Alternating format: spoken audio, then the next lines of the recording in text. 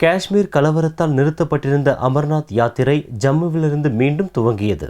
ஜம்மு காஷ்மீர் மாநிலத்தில் பயங்கரவாதி சுட்டுக் கொல்லப்பட்டதை தொடர்ந்து பெரும் கலவரம் வெடித்ததால் அமர்நாத் யாத்திரை சனியன்று நிறுத்தப்பட்டது.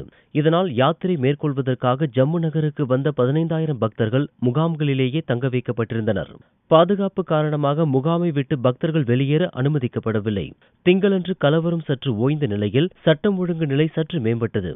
இதனால் அமர்நாத் யாத்திரையை துவக்க முடிவு செய்யப்பட்டது. அதன்படி திங்களன்று மாலை ஜம்மு முகாமிலிருந்து அமர்நாத் யாத்திரைக்கு பக்தர்கள் பல வாகனங்களில் புறப்பட்டனர். இதனிடையே அமர்நாத் குகை கோவிலில் சுவாமி தரிசனம் செய்துவிட்டு கலவரத்தால் பல்தால் மற்றும் பகல்காம் மலையடிவார முகாம்களில் முடங்கி கிடந்த 25,000 பக்தர்கள் 1741 பேருந்துகள் மற்றும் இதர வாகனங்களில் ஜம்மு நகருக்கு புறப்பட்டனர். ஜம்மு நகரை அடைந்ததும் பக்தர்கள் அவரவர் ஊர்களுக்கு புறப்படுவர்.